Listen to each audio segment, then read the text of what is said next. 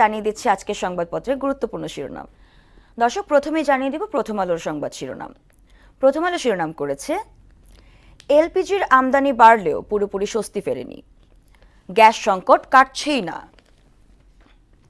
এরপরে দৈনিক ইত্তেফাক, সেনাবাহিনীর উচ্চ পর্যায়ে রদবদল, শাহজালালের থার্ড টার্মিনাল দ্রুত চালুর নির্দেশ প্রধানমন্ত্রীর।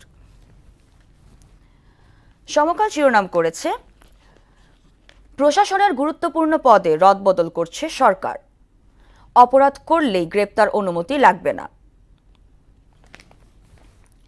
বাংলাদেশ প্রতিদিন শিরোনাম করেছে, ভোট যুদ্ধ এবার স্থানীয় সরকারে, সেনাবাহিনীর শীর্ষ পর্যায়ে রদবদল, সিজিএস মাইনুর। দৈনিক যুগান্তর শিরোনাম করেছে, সংবিধান সংস্কার পরিষদ নিয়ে বিশেষজ্ঞদের মতানৈক্য, সংসদে ছড়াবে উত্তাপ, পররাষ্ট্রমন্ত্রীদের সঙ্গে রাষ্ট্রদূতদের সাক্ষাৎ। এবং সর্বশেষ the Daily Star, government faces $30 billion debt servicing bill, Iran willing to dilute uranium stockpile. এই ছিল সংবাদপত্রের গুরুত্বপূর্ণ শিরোনাম।